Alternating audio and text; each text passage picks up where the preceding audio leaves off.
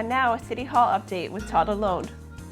Thank you, Amanda. Today we're joined by Councillor Denis Carr. We're talking about the recent City Council meeting. Welcome, Councillor. Good to be here. Great to have you back in that hot seat. Well, it wasn't very hot. Other people are in the hot seat now. Well, the seat was warm for a while, Yeah, but we finally got you in it. But anyhow, lo and behold, we're in 2016. Dennis, obviously you've been a big proponent, a big advocate of working on municipal budgets for years now. The budget has been presented and it's coming in at 1.95%. The General Manager of Finance, Maureen Adams, presented that at the recent council meeting. What's your thoughts? Well, there was an excellent presentation. Maureen came in last night, and Mrs. Adams always does a good job with the presentation to council. There was very few questions were asked, so obviously the information was there. That was the first time we'd seen the presentation. I mean, we've had the budget books for a couple of weeks now, but they're massive documents.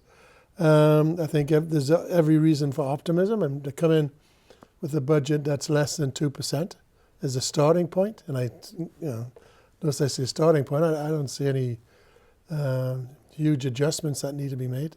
In fact, last night I suggested, why not approve it right now? That's happened once before. I think it demonstrates the cooperation that must exist between all departments and the finance department. Otherwise, they wouldn't be able to come up with the document that they did.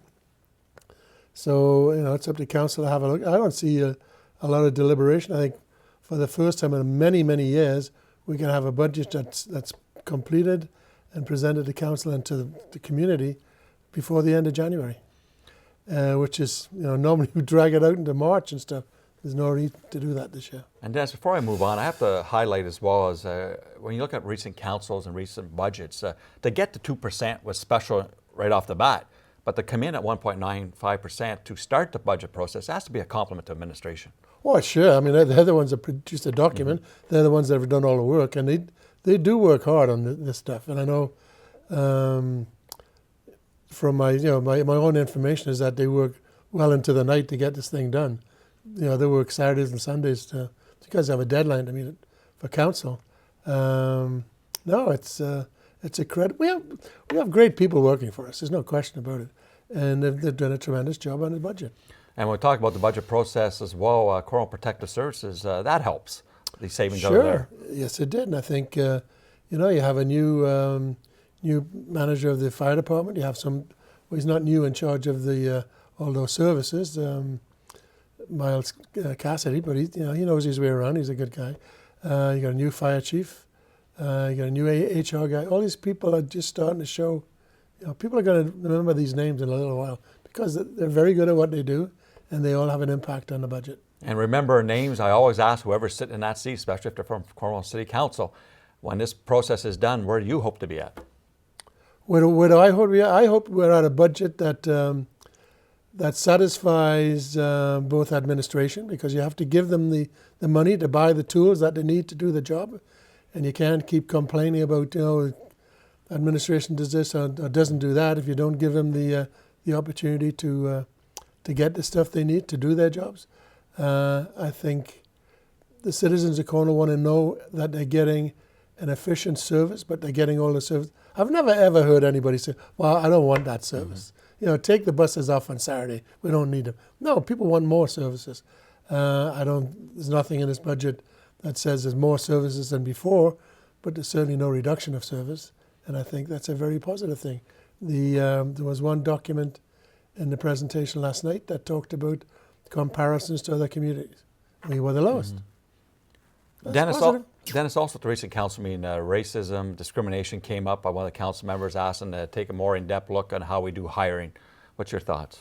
I don't think we have a problem. I think the city is inclusive. I think everybody's welcome here. I don't think there's anybody can point to any particular department and say, well, we have some discrimination there, or there's not enough women working in the department. Certainly some departments, like social services, dominated by females.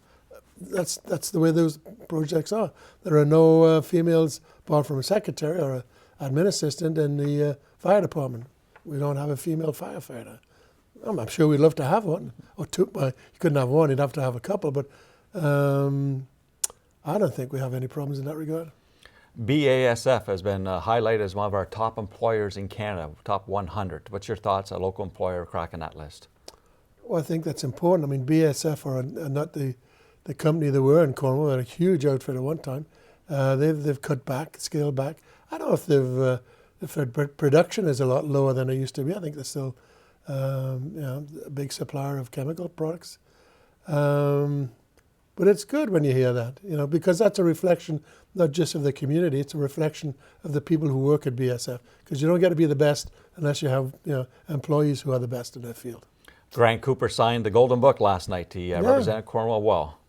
I always think hockey players are great big guys. Just the last couple of Grant is not he's not a big guy, but I guess he's a fairly aggressive player on the ice. Dave Murphy says he has a lot to say when he's playing.